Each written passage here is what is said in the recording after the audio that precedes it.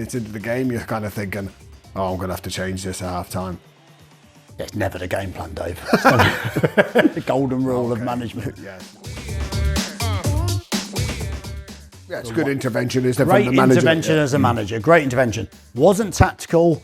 Didn't need to pick out the group. Maybe thinking, right, if I nail one player, the other players can hear that and see that. So therefore, they're probably going to think, Absolutely. I don't want to be the one getting nailed after the game. Surely there must be times where you feel like, I just want to get absolutely riled into this lot. Yeah, most of the time. That is the time. Yeah. No, but again, that's a different intervention, isn't it?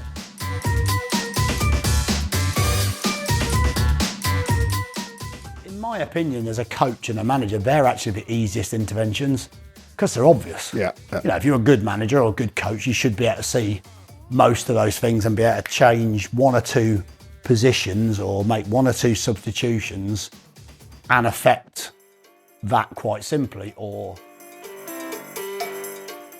welcome, football fans, to Breaking Lines, the podcast that takes you behind the scenes of the beautiful game like never before. I'm Gary Rowett, former player and manager, joined by the insightful Dave Carolan, a man with his finger on the pulse of football's beating heart. Together, Dave and I bring you unrivaled insight, context, and a few stories from the trenches. Join us as we dissect the game, break down the plays, and explore the intricate dance between managers, players, fans, and the beautiful game itself. This is Breaking Lines, where the game is more than just a match. Gary, I want you to picture the scene. Half time, you're going down the tunnel into the dressing room. It's been a poor half. What are you thinking about when you're heading down the tunnel ahead of the players? You know they're traipsing off after you, and you've got to strategize what you're going to say in the next few minutes. why did you have to start on poor half? Well, I thought I'd go for the abstract one we haven't really done before. Wow. God, there's so many things that go through your head, isn't there? I think I think it starts before half time in that sort of 15, well, maybe even before the game. I think before the game, you have scenarios around your current form, your current situation, your current position at that time of the season with your team. And, you could be on a great run, you could be on a poor run. Let's just take one of those scenarios, for example. Let's go positive. Let's go on a good run then. Let's go on a good run. So you're on a good run. So you've got a lot of credit in the bank with the players, with the feeling around the place. And that's going to come to an end at some point, maybe. So you're going in at half time, you've performed poorly the first half, and you've maybe thought about that in that run. So in that run, you're thinking, what happens when we perform poorly? We had a great run of games. We've been really playing well. There's a real flow to the team and we've been getting loads of results. So how do you manage that? So you might have already started to think, it doesn't sound, you don't want that to be a self-fulfilling prophecy, but you'd never portray that with the players or the staff. But at the same time, internally, you'd have thought about, okay, how might I play that situation if it comes up? So of course, then you get the first half performers. So I would say probably 10 to 15 minutes before halftime, you're starting to think about halftime. Okay, what do we need to do? Do we need to change something tactically? Do we need to say very little? Do we need to say a lot? Do I need to pick individuals? Do I need to talk just about the team? Is it just about what we need to do on the ball? Have we used the ball poorly?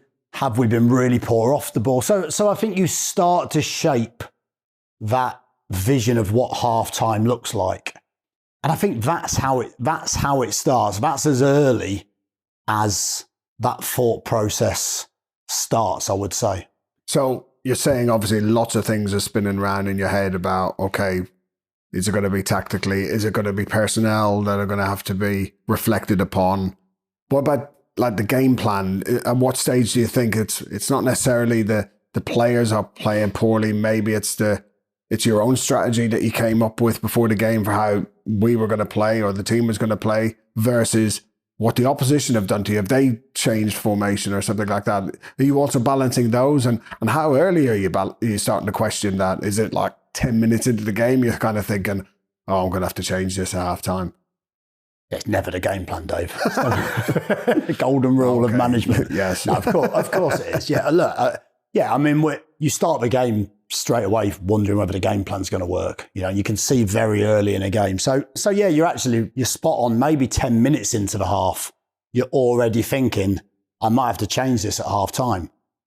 We've done it before where we've changed it before half time. You know, changed formation after 25 minutes. You know, it might have been 2-0 down. And you can just see it's clearly not working. For whatever reason, the opposition might have changed. The opposition might have turned up and played a new formation.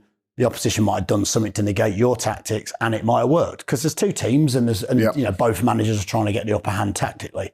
So, or simply your team just might well not have performed very well. You know, we've seen that lots of times where you're on a good run and then you get an uncharacteristic half where they just haven't performed and it just hasn't gone well. So I think very early on in the half, you're starting to think about what does halftime look like. And then there's so many different ways of doing it. I mean, most of the time, I'll probably chat a little bit before halftime and sort of start to gauge a little bit of opinion off the key members of staff. You know, so I'll ask yourself, I'll ask one of the coaches, I might ask one of the analysts or whoever's in charge of that, of their thoughts and see if they sort of start to tally up a little bit. Now, often, the challenge of asking people is sometimes people might have a different opinion, and very, very often as a manager, you just get a feeling. You just get a feeling. So, you know, I don't know.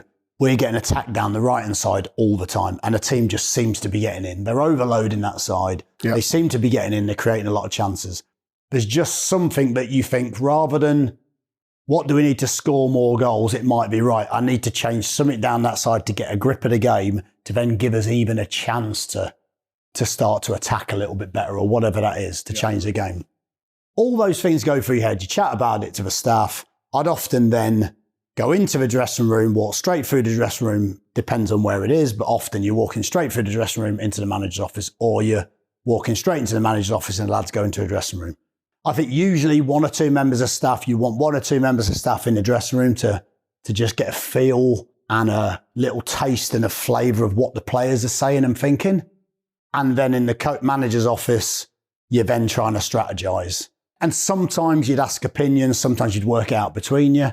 Sometimes you'd just simply stay quiet and you just make a decision yourself and you wouldn't say a lot. I think there's so many ways in which you can intervene. Of course, that halftime scenario is just about right. How can we change either something small, something big, lots of things, not many things, but in other words, we've got to change this first half. We've got to change the flow of the game. We've got to change the scoreline. Sometimes you could be 1-0 up and you still need to change something because you've got away with it. You might have had one attack scored. The players come in quite happy, yet you're unhappy. And then there's also that psychological part of halftime. You know, that is an opportunity to change something psychological. I've been in there with managers, as a player, I've been in there with managers where you could see. So when I first went on loan to Blackpool, so Sam Allardyce was the manager. I went on loan to Blackpool. I played about 4 games from Everton, played about 4 games. And this one game I was playing centre midfield, I think against Brighton away when they're at the old, I think it might have been a bit the old Goldstone ground. Wow, I've only been to the Withdean. No, it was before then. Before then. Withdean was the athletics stadium. When the Goldstone ground was literally the old ground with one side of a pitch had about 5 steps and nothing behind. You know, it was one of those sort of... Not too good for stadium step running, that one. No, it wasn't a stadium step running. Please see previous episode, listeners. You'd have been well happy being an apprentice at the Goldstone ground. I can't remember what the main stand was. So it's half-time. It's half-time.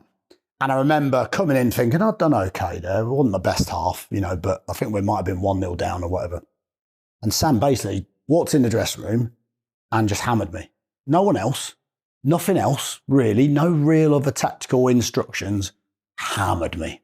I'm talking like, is that the best you've got? Pathetic, blah, blah. And I'm sat there and I'm absolutely raging. I am raging. I'm going out second half, don't want to talk to anyone, not interested in anyone's got a bit like a big kid, got the ump. Yeah. But I'm thinking, right, I'll show you. And I went out second half and was really, really good second half. Well, I think I was anyway. Yeah. And we won the game. And about 3 days later, he walked down the corridor and went, oh, you weren't happy when I had a go at you, were you? And he started laughing. And I knew at that point that he'd done it as a bit of a psychological way of just changing. Yeah, it's a good intervention, isn't it, from the manager? Great intervention as a manager. Great intervention. Wasn't tactical. Didn't need to pick out the group. Maybe thinking, right, if I nail one player, the other players can hear that and see that. So therefore, they're probably going to think, I don't want to be the one getting nailed after the game. Yeah.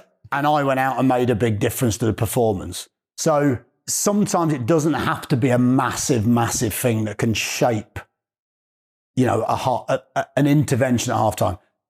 I've been there before where, as a manager, I've changed formation. I've changed the whole entire way that the team plays, and suddenly you're back in the game and you go and win the game. I remember us at Millwall playing against Luton, and I think I had to make a substitution after about 25 minutes, which was probably one of the hardest substitutions I've ever had to make, which was club captain. Yeah. And then I come in at half-time, we're changed to a back five, come in at half-time, club captain sat there devastated because, it's embarrassing for him and he doesn't want to be that player that gets took off. Went from a 5 to a 4 rather. Yeah. And all of a sudden, we've changed the whole shape, the whole way we're playing, and we end up winning the game, second half, and everything's hunky-dory and it looks like a great, genius move. So you can go from a small thing that changes the whole course of a game, and you can go to a massive thing where you couldn't really change much more, and you change the course of a game. And it's just the feel of the moment, I think, and it's just good managers, or the very best managers just know exactly what's required at that given moment based on so many things. How would you quantify that? There's probably about 1,000 things that goes into that mix, and you've got to pick. And there's another dressing room who are also having to reflect on the half and thinking, their manager said to their team, expect them to come out in the second half. They're going to have got a rocket. You got to be ready for the opposition coming at you now. And that also potentially changes the mindset of an opponent. Be ready for this new team that's going to come out. They're not going to play like that again. No, and I think, again, that's something that you've got to be across that, haven't you? So usually what you would do is one of your analysts would stay in the stand.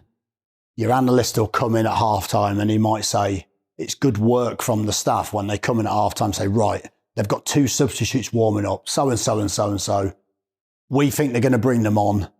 They're going to make 2 changes. So all of a sudden, if you've got that information midway through the half, you might also be able to start to give a message to your team that gets ahead of what the opposition might do. Yeah. So you might have seen them change change formation in the previous couple of games if they've been winning or losing or whatever that is. So let's say they're playing a 4, they're 1-0 up, you've had a poor half, and suddenly they're about to make a substitution to change to a 5 to make sure they can shore it up. That might change the way you attack and the way that you approach that next half. You might start fast and you might be able to pin them in. Now they've got a back 5, and you might be able to make that a little bit of a pressure first 10, 15 minutes. And, it allows you to get on top of that type of decision. So again, your staff working externally really well, trying to also sense what the challenges might be. You might have come into me and said, so-and-so struggling, there's always the performance team that ruins it, isn't it? That's what we're there for. But you might have come in already and said, listen, so-and-so's struggling. I don't think he's going to get through much more than 5 or 10 minutes. I asked the player, I'll give it a go. And you're thinking, well, I've already maybe used 2 subs, and now I've got to think about, do I use that substitute at half time? Because now that doesn't mean one of our allowed substitutions, because there's nothing worse than having 2 subs left and you've got to use one after 5 minutes of a second half. Yeah, so disaster. So absolute disaster. So, you might know the opposition manager, as in how they react. You've played against them many, many times before, and you know how they're going to react. So you have a feeling around that. But I think most of it really is, I've seen managers do it as a player where they don't intervene very much. And I think when you don't intervene a lot, then there's a risk that nothing changes. And I think you also get scenarios where you maybe over-intervene and you give the players too much information. So again, that's a balance, isn't it? That's a big one. So I think the golden sort of rule is you give the players maybe 4 or 5 minutes just to find their feet, let the sports science team come in, give them some drinks, give them some gels, give them whatever nutrition they want, whatever they sort of tailored to their individual needs, which is what you guys do. And then when you let them just almost breathe, then you've got to think about the timing of, sometimes you go in early because you've got to give a lot of information. Sometimes you might go in, you might leave it a little bit and then go in just for the last 2 or 3 minutes. Yeah. I think it depends on how much information. Do you need to show them something on a tactics board? Do you need to show them something on the TV? Because there's so many different ways to intervene, isn't there? Some managers, some teams show clips on a TV, which I think is really difficult. We've tried that, but I think it's difficult. If you get that clip wrong, and suddenly you're stood there as a manager trying to show something to a player that's not quite the right clip. Yeah, you're really reliant on your staff there to have lined that up correctly and know exactly what you want to show. Yeah, and I think what you do is during the first half, you might see if you can preempt little moments that you think are going to be the important ones towards the end of a half, that's when you start to say, right, load me up those 3 clips onto the iPad. And when I've said it, I might get one of the members of staff to then show it to that player. So let's say I'm talking to a midfielder and I say, right, I don't want you to keep dropping too deep. You're dropping on top of the back 3. Stay away a little bit. Let them press and just wait behind that first line so that we can almost invite that press and we can try and play through it. So you might show that. Once I've said it, then certain player might need that to come to life on an iPad and sit and go, okay, yeah, I understand what you're saying now. Perfect, yeah. Everyone's different, aren't they? I'm not a massive certain player learns that way, certain player. Yes, I think that's right, but I also think different circumstances dictate different methods of showing it, So you said there about maybe giving it a bit of time. What about the times?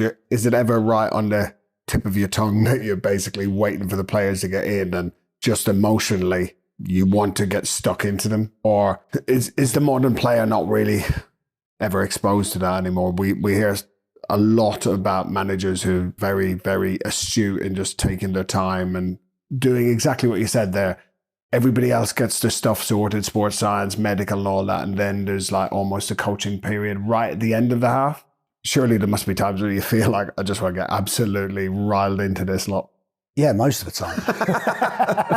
That is the time. Yeah. No, but again, that's a different intervention, isn't it? Yeah. And I think what's really interesting is you can do a great tactical intervention. You can have a positive intervention where you're talking to the team and saying, listen, what we've done is great. Just keep doing it. Think about when we've done that well. That's what we've got to do, and we've got to do it a little bit better. So there's different ways of intervening, I think, or stepping in to get the desired results. Changing formation, like we spoke about, the big chunky things that really make a difference if you're not playing well. Those little positioning of players to try and exploit space or whatever that is, whether that's defensively or offensively. But I think there's also that psychological intervention and I've read some great stories of managers who come in and don't say anything and walk out. And they've got the desired result, but the players are sat there going, he's annoyed or wow, or whatever that is. And they've done it and they've worked it out for themselves and have had to go and be motivated in a different way to go and play. And they've won the game second half. And you think, well, the manager's done nothing. But he's done something, he's purposely He's had an effect. done something different to what he would normally do. So it's had an effect. And then there's the other time. I think Ronan Keating had a song, didn't he? You say it best when you say nothing at all. Just more Irish lilt. More Irish songs, yeah. This EP is going to be unbelievable. I can and see Ronan the Keating. theme to the social media nowadays. Okay. So, but again, but that's true. That is a factor. And then you've got the flip side to that, where you're going to almost put on a little bit of an angry show at half time. I know that doesn't sound very genuine, but what I mean by that is at that moment, you're angry at the players, but you're maybe going to get even angrier just to rile the scenario up. And I think, that if you've played really poorly and you think, right, I've got to do something, we look like we've just not got going. The warm-up was... Excellent.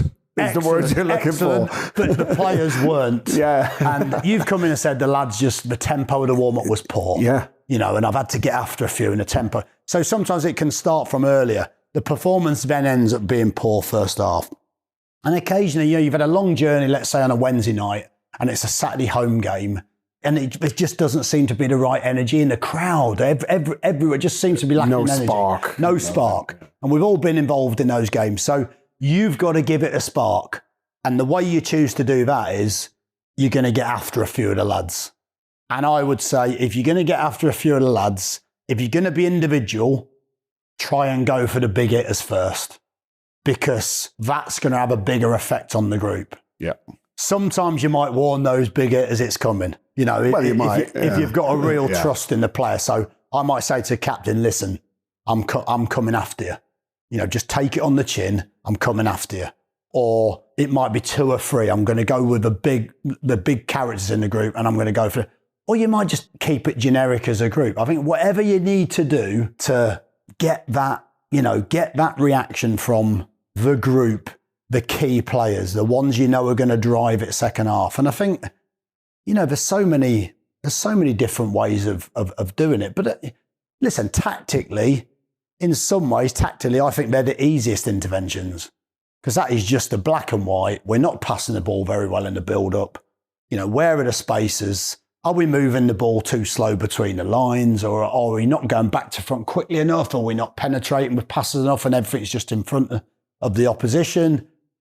Is one winger not giving enough width and he's always coming inside and everything's too central? So in my opinion, as a coach and a manager, they're actually the easiest interventions because they're obvious. Yeah. If you're a good manager or a good coach, you should be able to see most of those things and be able to change 1 or 2 positions or make 1 or 2 substitutions and affect that quite simply, or, whatever that is. I think the hardest interventions are the psychological interventions that, are so character specific, are so player specific.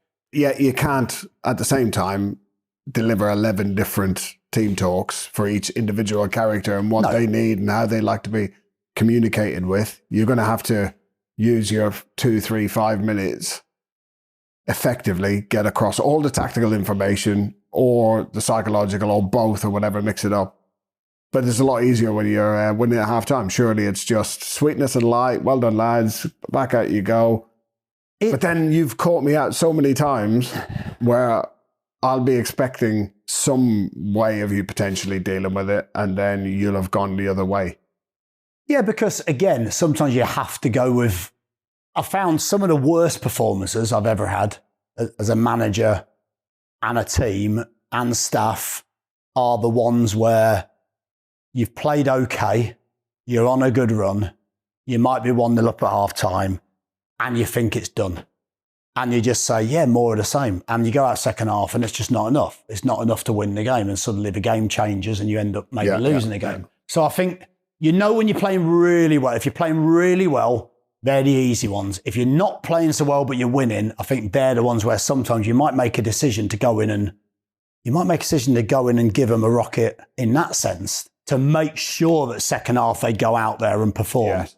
You know what I mean? You might go in at half time and you're losing and playing badly, and you might actually be really calm and quiet. I've done it before. Remember we played Wickham and we were 1-0 down at half time. I'm not going to mention the crystal ball or anything because you've inherited that recently. Yes, I won't go into that story. Crystal ball will come out on another episode. Dave's crystal balls. Maybe not. Maybe not. And I've gone in at half time and I don't know whether everyone's expecting something. I've been so sure that the opposition, if we go and get the next goal, I've been so sure we win the game. The opposition have maybe not been on a very good run. Maybe they concede a lot of goals late on. Maybe they've not been very good at home when they've gone ahead or whatever that, or maybe they haven't won for so long, they're going to get nervous as the longer that lead's held or whatever. And I've gone and took a massive gamble. I remember that game distinctly where I went in and I said, go and score the next goal and we win 2-1. Simple. And I don't think I've said an awful lot more than that. I might have given a few tactical pointers and I'll have pinned my hopes on that happening. We score the next goal. So, of course, now what are the players now thinking? The players in their head are thinking, right, even though it's an obvious thing to say in some ways, even though it's an easy thing to guess, the gamble I took was I thought the likelihood it would happen. And then you're thinking about how powerful that's going to be for the next 2 weeks, 3 weeks, 4 weeks, 5 weeks. Well, there was another great example of that when we went to Swansea, and I think we were 2-0 down at half time, and you distinctly said, we will draw this game or we will win this game. Right. And it also culminates in one of the great offloadings of the bench when in the 4th minute of injury time, we equalised to go 2-2. And again, it was just knowing that essentially, even though we hadn't played particularly well and we had seen probably about 4% of the ball, that the players knew to stick in the game, that, to keep going. Eventually our chances would come. And if we were able to take them or create them, that we would have an opportunity. And again, that was, really insightful in terms of just projecting what could happen. And that's all the players needed to believe in. And then when it comes true, whatever said at halftime, if it comes true and comes to pass, it looks genius. It's crystal ball moment. Yeah, but again, it's another great point you make. But you're almost trying to project something that if it gives the players belief. Yeah. It's something that gives the players belief. So I think they're the ones where you're losing. You don't just need a way of getting back in the game. You need to know that if something else happens, i.e. you go 2-0 down, they still have the belief and they still keep doing the things that they're trying to do. Because we've all seen it where you can say what you want at half time. You can have a great master plan. You can see the next goal and your team almost gives in. It looks like the team gives in a little bit. There's nothing worse, is there? Because sometimes even if you can get the team fighting till the end and it ends up 2-1 or 2-2 or whatever it is, that has a massive effect on the next game and the next game and the next game. So I think you're trying to create a storyline all the time, aren't you, as a manager? And that's hard. And that half-time interval is the easiest way of doing it. It's probably different now, isn't it? Because back when we first started in the game, I've seen players fighting at half-time. I've seen manager and player fighting at half-time. I've seen manager and staff fighting at half-time. Okay. But do you know what I mean? Save this not necessarily content. Physical fights, but different types of debates and arguments. And sometimes that can have a psychological effect on the group. It's just something that lifts the malaise or whatever it is. And maybe some of those were staged. But I think half-time is not just half-time. It's not just 15 minutes to have a bit of a breather. It's not just to have old-fashioned slice of orange. It's to psychologically and tactically affect the outcome of the second half and maybe the season also. And then the bell rings, and then you just hope that for the next 45 or 50 minutes, they actually do what they're told and don't just go off script. Yeah, how many times has that actually worked? All these ideas are great, but how many times have it actually worked in practice? Yeah, 5 minutes in the second half, we're looking at each other like, what are they doing? Anyway, half time. So there we have it. Another episode of Breaking Lines is in the can. We hope you enjoyed it. Half-time is such a tricky period for a head coach. Do you make tactical changes? Substitutions even? Do you need to change the mindset of the players? Maintain the status quo may work, but you have to also be prepared that the other coach may also make changes. In essence, it's often the strategy set out in the 5 minutes before the players leave that will affect the game. That is, if the players actually follow the instructions. Join us next time on Breaking Lines.